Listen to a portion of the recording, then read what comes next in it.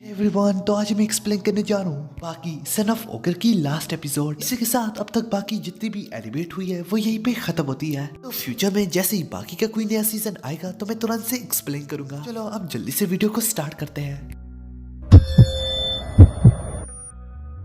हमारी एपिसोड की शुरुआत काफी इंटेंस होती, जिसमें हम देखते हैं ओलिवर ने बिल्कुल एक स्पेयर की शक्ल इख्तियार कर ली होती। जैसे कि मैं एक्सप्लेन कर चुका हूँ, ये फाइट हो चुकी है। जिसने ये फाइट अपनी आंखों से देखी है, मतलब कि जो इस फाइट को एक्सप्लेन कर रहा है, उस दौरान वो अपने दिली दिल में कह रहा था, ऐसा इंसान जो बिल्कुल परफेक्ट स्पेयर में बदल गया, बिल्कुल एक जानवर की तरह जिसका नाम आर्मी डिलो है। और मेरी जॉब के कारण मैं काफी ज्यादा मार्शल आर्ट टेक्निक्स वगैरह को जानता हूँ। इस वजह से मुझे पहली नजर से ही पता था ये टेक्निक वाकई में काफी दमदार है। इस टेक्निक ने तो बाकी को भी हिला डाला था, पर इस सब के बावजूद भी आखिरकार वो भी तो एक डीमन का बेटा है। इस वजह से बिना हिचकिचाए बगैर बाकी तुरंत से उस पे अगला वार करता। जैसे जैसे बाकी उस पे वार करता है, उल्टा बाकी बाउंस बैक हो जाता। नस वाला गार्ड भी ये देख के अपने दिली दिल में कहने लगता। जैसे ही बाकी बाउंस बैक हुआ था, उसी बीच मुझे थोड़ा बहुत तो आइडिया था कि ये सब कुछ कैसे हुआ। कि एक रोज ओलिवर ने थोड़ी ज्यादा पी रखी थी, इसके चलते ही फिर वो हमें अपनी कुछ टेक्निक्स दिखाने लगा, जो कि दिखने में तो लगता था कि एक मसल उसके एक हाथ से लेके दूसरे हाथ तक ट्रेवल कर रही है। असल में ओलिवर ने इतनी ट्रेनिंग की हुई थी, उसका अपनी पूरी बॉडी पे एक्सट्रीम मसल कंट्रोल था। उसने इतनी अच्छी सी ट्रेनिंग की हुई थी कि वो अपने जिस्म के एक एक हिस्से को कंट्रोल कर सकता था, तब कि वो अपनी स्ट्रेंथ को किसी भी जिस्म के हिस्से पे फोकस कर सकता है। इसी के कारण जैसे ही बाकी उस पे वार करने को जा रहा था, उसी जगह पे ओलिवर ने अपनी स्ट्रेंथ फोकस की थी। इस वजह से बाकी ही उल्टा पीछे गया। ये सब कुछ देख के बाकी कहने लगता, इस टेक्निक को पहले भी कहीं पे देख चुका हूँ, ना कि सिर्फ देख चुका हूँ कि इस टेक्निक से लिपट भी चुका हूँ। रोहे शिनोगी के खिलाफ हरी और उसकी मसल में जमीन आसमान का फर्क है। इस वजह से मैं इस टेक्निक को पहली नजर में पहचान ना पाया। जो सुन के ओलिवर कहता है, ठीक है फिर आजमा लो, इसी टेक्निक का इस्तेमाल करो जिसने तुम्हें पहले बचाया। बाकी भी दोबारा से उसी टेक्निक का इस्तेमाल करने को जा रहा था। उसी दौरान विटनेस वाला शख्स दोबारा से अपनी यादों में खो जाता। वो अपने दिली दिल में कहता है, रिजिड बॉडी टेक्निक। जब भी मैं पुलिस एकेडमी में था, मैं वैसे शुगर लगाने के लिए बॉलिंग बॉल को लाए थे, उल्टा हमारे सेंसे ने उसे एक ही स्ट्राइक में तोड़ डाला। और हमारे सेंसे के मुताबिक बंदा ऐसे ही कोई चीज तोड़ने को जा रहा होता है, काफी डजन्स की तादाद में जॉइंट्स इस वक्त हरकत कर रहे होते हैं, इसमें काफी ज्यादा कुशंस और शॉक एब्सॉर्बर्स होते हैं। इन्हीं कुशंस के मुताबिक हमारे वार में कम ताकत होती है, पर अगर ये कुशंस अगर सख्त कर दी जाए, इंसान खुद ही एक आयरन का बॉल बन जाता है। इसी थ्योरी को सामने रखते हुए कसन से इसी बात से सहमत होके कहता है, अगर मेरा वजन 60 kg है तो मैं भी एक तरह का 60 kg का आयरन बॉल हूँ। 60 kg आयरन बॉल के सामने ये छोटा सा आयरन बॉल किस काम का। साथ ही साथ उसके सेंपाई ने ये भी कहा होता, हाँ इंसान के खिलाफ ये टेक्निक इतने अच्छे से नहीं काम करती, क्योंकि उनका सेंसे खुद भी इसी टेक्निक को मास्टर करने की कोशिश कर रहा है। इसी बारे में सोचते सोचते हमारा देखने वाला गार्ड अपने इस छोटे से फ्लैशबैक से बाहर आता, तक बाकी भी इसी टेक्निक का इस्तेमाल करता, क्योंकि बाकी काफी दमदार तरीके से इस टेक्निक को इस्तेमाल करता। और उसके ठीक 3 सेकंड बाद ही ओलिवर एक जायंट बीस्ट की तरह बाकी को अपने अंदर निकल लेता। उस दौरान तो हमारा विटनेस करने वाला शख्स तो लगभग बेहोश होने को ही जा रहा था, क्योंकि इस बारे में भी उसे थोड़ा बहुत पहले की तरह आइडिया होता। इसके बाद ओलिवर अपनी फुल फोर्स का इस्तेमाल करके बाकी को वापस थूक डालता। हमारा विटनेस करने वाला गार्ड, मतलब कि जो इस फाइट को एक्सप्लेन कर रहा है, ये लंबा देख के तो अपना बचपन याद आ गया था, क्योंकि बचपन में उसने एक बार ड्रैगन फ्लाई को पकड़ा था। बदकिस्मती से उसके पास कोई ऐसी चीज नहीं थी जिसमें वो ड्रैगन फ्लाई को रख पाता। काफी जेंटल तरीके से अपने हाथ में उसे पकड़ के अपने घर ले जाने लगता। जैसे जैसे वो घर पहुंचता है तो वो ड्रैगन फ्लाई उड़ने के काबिल था, न चलने के। इसी दौरान उसे रियलाइज होता है वो इसके हाथ के मुकाबले में काफी छोटी चीज है, कि उसने काफी आराम से पकड़ा हुआ था, लेकिन हमारी ताकत उनसे कई गुना बढ़ गया है। अगर यहाँ पे बात ओलिवर की हो रही है, पे उल्टा ओलिवर ने आराम से पकड़ने के बजाय बाकी पे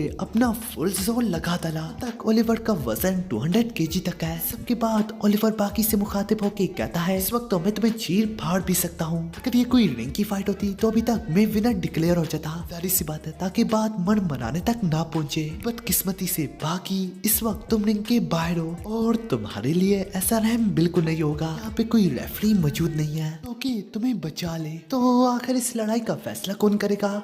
वो तुम ही होगे।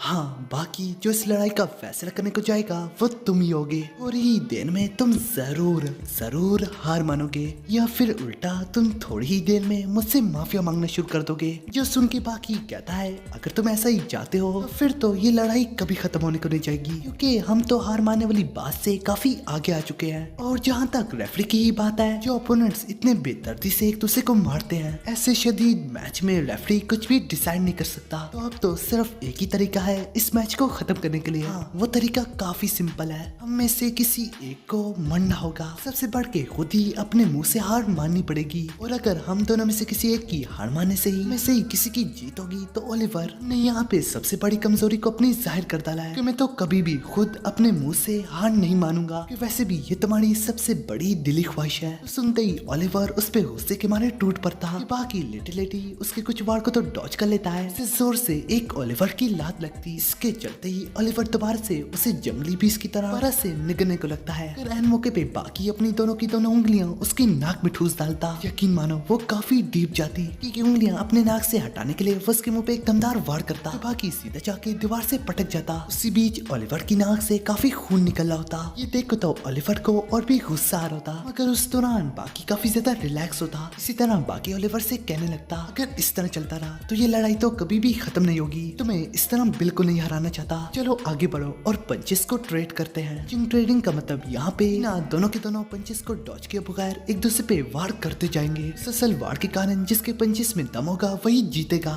सुनते ही ओलिवर अपनी डेविल लाफ को कंट्रोल ना कर पाता। यार हंसते भी क्यों नहीं, क्योंकि उसका वजन तो लगभग 200 kg है। उसकी मसल पावर बाकी से कुछ ज्यादा ही बढ़ गया है। सारी सी बात है उसके पंचेस में ही ज्यादा दम होगा। इसी को सोचते हुए ओलिवर अपनी डेविल वाली हंसी को ना रोक पा रहा होता। इससे पहले दोनों एक दूसरे पे टूट पड़ते। कैन मौके पे ऊपर से आयरन माइकल चिल्लाते हुए कहता कि ऐसा करने की कोशिश भी मत करना, वरना तुम मार जाओगे। और अगर ये कोई सोच रहा है कि ये कहां से उठ के आया, जो पिछले एपिसोड में मैं एक्सप्लेन कर चुका हूँ, ओलिवर ने काफी ज्यादा जेल तोड़े हैं। जरा भी नहीं मालूम वेट का फर्क कितना खतरनाक हो सकता है। तो कारण बॉक्सिंग में 17 वेट क्लासेस होती है। सुनने के बाद हमारा फाइट एक्सप्लेन करने वाला गार्ड भी इसकी बात से एग्री कर रहा होता।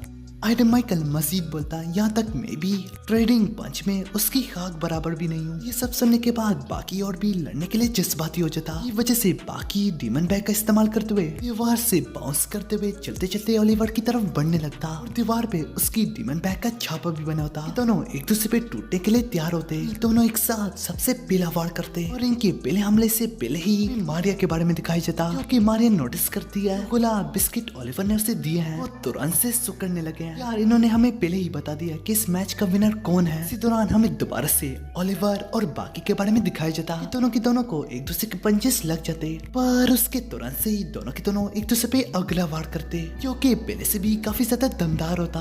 अब ये सब कुछ देख के, ये सब कुछ सुन के, सब कुछ को महसूस करके वहाँ पे मौजूद तमाम देखने वालों के मुंह में कोई अल्फाज तक न होते, चुपचाप बस देखते जाते। बाद में हमारे एक्सप्लेन करने वाले बंदे को पता चला होता दोनों के बीच में ऐसी गजब किस्म की लड़ाई स्टार्ट हुई थी। उस दौरान बाहर काफी ज्यादा वॉल्चर्स जमा हुए होते। खैर तब तक दोनों के दोनों एक दूसरे पे टूटते जा रहे होते। इस दौरान बाकी अपने दिल में कह रहा होता, मुझे एक चीज तो मालूम है, ओलिवर को मैं आखिर किससे हरा रहा हूँ, टेक्निक से, ब्रेन से। इन सारी चीजों का कोई लेना देना नहीं है। एक ऐसे शख्स को हरा रहा हूँ जो मुझसे 200 kg ज्यादा हैवी है। इसके बावजूद भी वो वोल्टा पीछे जा रहा है। जैसे इस वक्त बाकी सोच रहा है वैसा ही हो रहा है। ये सब कुछ देख के सारे के सारे बस देखते रह जाते। गार्ड्स तो बाकी की इज्जत के लिए अपनी टोपियां उतार डालते। माइकल का भी मुंह खुला का खुला रह जाता। यहाँ पे हम देख पाते हैं कि दोनों के दोनों एक दूसरे पे मुसलसल वार किए जा रहे होते। यहाँ पे बाकी अपनी डीमन बैग की मदद से ओलिवर पे बाड़ी पड़ता जा रहा होता, इसी तरह उसमें घुस के ठोकी जा रहा होता, क्योंकि ओलिवर भी उस पे मुसलसल वार किया जा रहा होता। देखे तो ओलिवर को भी यकीन आ रहा होता, जिसका वजन मुझसे 200 kg हल्का है, वो मुझे कोने की तरफ पटकी जा रहा है। क्योंकि सब में ओलिवर का वजन 100 kg बताया जा रहा है, लगभग बस उसे दीवार में पटकने को जा रहा होता। ओलिवर भी इतना दमदार वार करता कि बाकी का मुंह टूटने को जा रहा होता,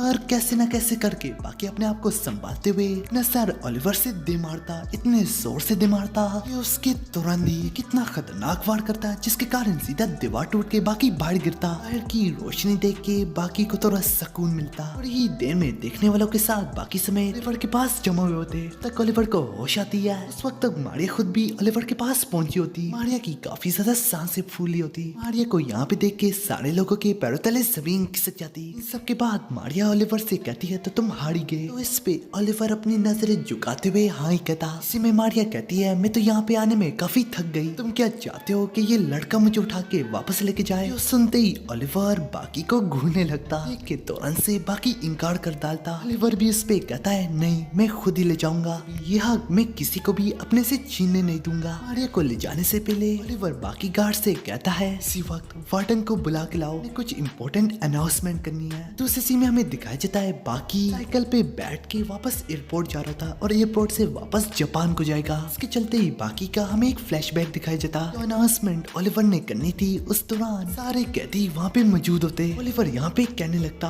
तुम लोगों ने तो अब तक काफी ज्यादा फाइल्स बारे में सुन भी ली होगी। हाँ जो तुम लोगों ने सुना वो सच ही है। बाकी हानमा के खिलाफ लड़ाई हार चुका हूँ, ये बात काफी लोगों को यहाँ पे नहीं पता होती। सुनते ही सारे लोगों के पैरों तले जमीन खिसक जाती। वजह से जब तक बाकी यहाँ पे है मैं नंबर 1 का टाइटल डिजर्व नहीं करता, तो बाकी को यहाँ से जाना होगा। जिसमें वो वार्डन से तुरंत से प्रोसेस करने को कहता। साथ ही साथ ये भी कहता मैं चाहता हूँ तुम पेपर वर्क को गोली मारो, मगर इस बात का ख्याल रखे कि बाकी जरूर एयरपोर्ट में जहाज तक बैठे, इसकी जिम्मेदारी अब तुम पे है। तो यही वजह से बाकी के पीछे एक हेलीकॉप्टर भी लगा हुआ है, सिर्फ ये देखने के लिए कि बाकी एयरपोर्ट में जहाज में बैठता भी है या नहीं। तबकि ना कि सिर्फ उसे जेल से निकाला जा रहा है बल्कि बाकी को अमेरिका से भी निकाला जा रहा है, सिर्फ और सिर्फ उसकी डिमोनिक पावर्स की वजह से। बाकी के सॉक्स अभी भी जेल में पड़े हुए हैं। यार उन्होंने बाकी को एक साइकिल दी है, थोड़े से पैसे दिए हैं, थोड़े से कपड़े दिए हैं, थोड़ा सा खाना दिया है, थोड़ा सा पानी दिया है, इतना दिया है कि बाकी यहाँ से निकल जाए। दूसरी सीन में हमें कैप्टन स्ट्राइडन और यूजिरो हानमा के बारे में दिखाया जाता। यूजिरो हानमा को भी ये खबर मिली गई होती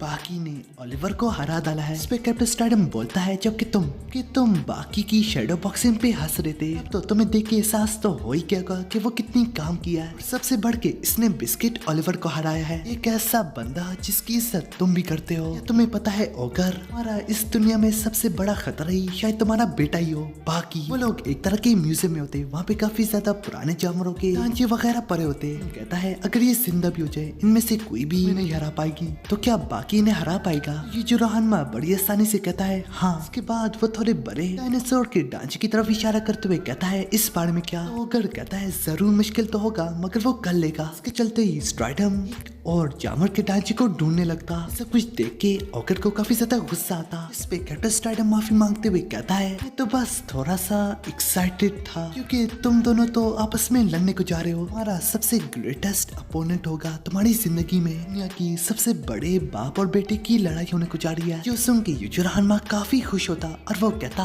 वो मेरा सबसे बड़ा ग्रेटेस्ट अपोनेंट हुआ भी इसने ये साबित कर डाला है कि वो मेरा ही बेटा है। फिल्म में हमें दिखाया जाता है एक बहुत बड़े ढांचे की तरफ इशारा करते हुए कहता है क्या तुम इससे लड़ सकते हो? उस ढांचे को तो देख के यूजिरो हानमा काफी खुश होता। आखिरी सीन में अमेरिका में कोलोराडो में आसपास जमीन की 701 मीटर की गहराई में rock salt layer 1000 metre thick salt की दीवार जो कि 190 मिलियन ईयर्स पुरानी है दिखाया जाता है। देखने वाले दिलों को जोर का झटका। ड्रैगन के ढांचे से लड़ते लड़ते शख्स उसके साथ ही उसी दीवार में फंसा होता कि एक तरह से तो यूजिरो हानमा जैसे ही दिखता होता। तो लेडीज एंड जेंटलमैन इसी के साथ बाकी सन ऑफ ओगर का ये वाला सीजन खत्म होता है।